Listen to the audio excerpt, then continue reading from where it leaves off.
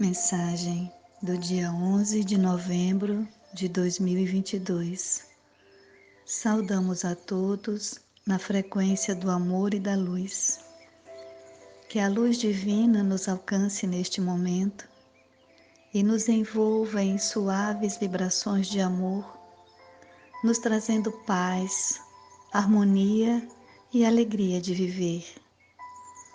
E que envoltos na energia de amor, possamos receber com gratidão a todos aqueles que fazem parte do nosso viver, sejam estes os representantes dos reinos mineral, vegetal, animal, assim como toda a humanidade.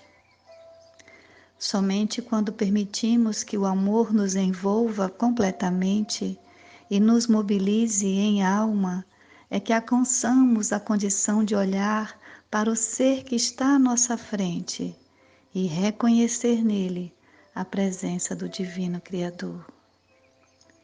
Este é um modo de olhar para os seres que compartilham conosco o mesmo tempo de existência física, diferente do olhar com o qual estávamos acostumados, uma vez que até este ponto de nossa trajetória evolutiva, olhávamos para os outros seres fazendo uma espécie de busca inconsciente sobre as diferenças existentes entre nós e eles, ou sobre a existência de pontos de afinidade. Quando encontrávamos os pontos de afinidade, como por exemplo, o lugar de origem, a religião que pratica ou a orientação política, nos sentíamos mais aliviados, pois afinal reconhecíamos a existência de alguns pontos em comum com o outro ser, o que de modo inconsciente nos dava a sensação de conforto. Acontece que o contrário também era verdadeiro, ou seja, quando em um primeiro contato com determinada pessoa encontrávamos pontos de discordância, ou pior ainda, quando estes pontos eram antagônicos, como por exemplo a orientação política de um seguia na direção contrária à do outro, nós nos sentíamos, de modo inconsciente, desestimulados a seguir, acreditando que teríamos um bom relacionamento com aquela determinada pessoa, pois ao nosso olhar apressado, parecia que ela havia surgido de um mundo diferente do nosso, devido ao conjunto de ideias que trazia consigo. Este era o sistema antigo, referente à avaliação dos seres e à sua respectiva valoração, que aplicávamos antes de iniciar o nosso despertar espiritual. De maneira que quanto mais semelhante a nós fosse o ser que acabamos de conhecer, maior seria o seu valor. E quanto menos semelhante o identificássemos, menor seria o seu valor. E tudo isso acontecia de modo inconsciente.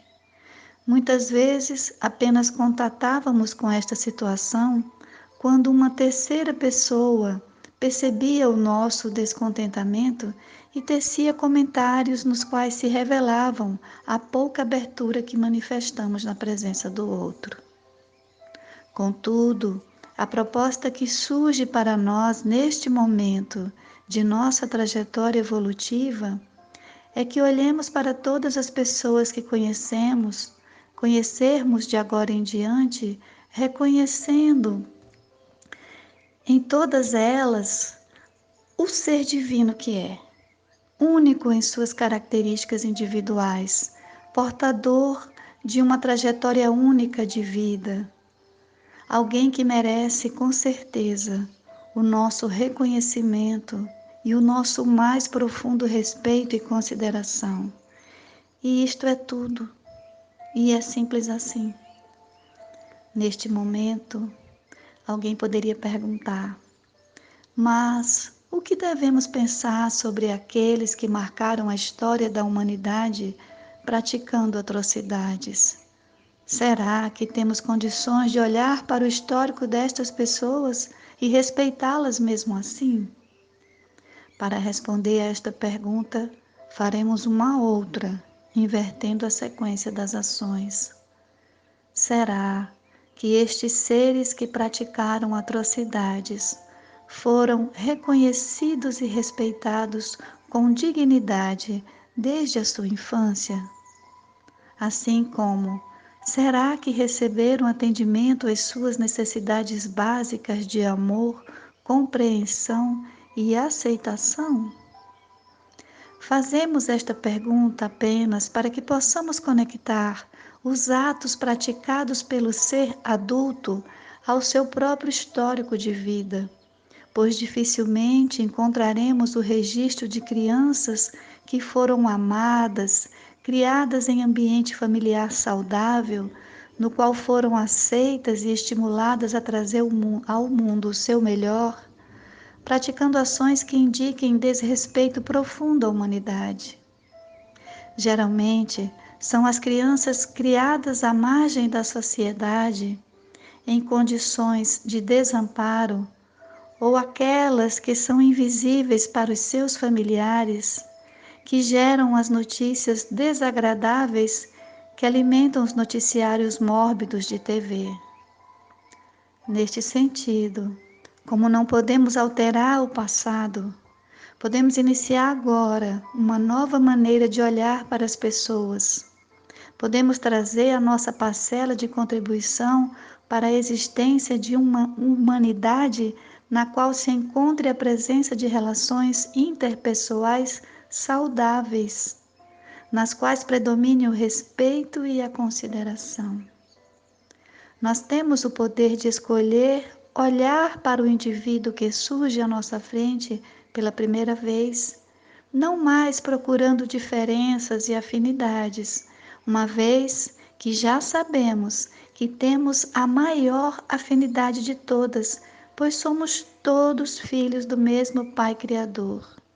Assim sendo, as nossas afinidades e semelhanças estão inscritas em nosso DNA divino, enquanto as diferenças dizem respeito aos caminhos de aprendizagens diversos que os seres percorreram até que se encontrem em determinado tempo e lugar. Assim sendo, as características que observamos na forma das pessoas se expressarem no mundo, muitas vezes não guardam coerência com o que trazem de mais precioso em seus corações, que é o amor. Todavia, no momento que nós nos conectamos com o poder desta força criadora que existe em nossa essência, não teremos mais a necessidade de julgar as pessoas, nem tampouco acreditarmos que elas são diferentes de nós, pois, na verdade, sentiremos em nossos corações que somos todos filhos do divino amor, com tempos diferentes de maturação, nada mais. Daremos tempo a todos os seres que fazem parte de nossa existência. Respeitaremos o tempo de amadurecimento de cada um, enquanto seguiremos a nossa vida cotidiana, procurando amar principalmente aqueles que os nossos corações ainda não conseguiram alcançar. Fiquem em paz, amados seres, na paz interior que surge quando compreendemos e sentimos que somos todos um. Somos irmãos e com amor os abraçamos neste dia.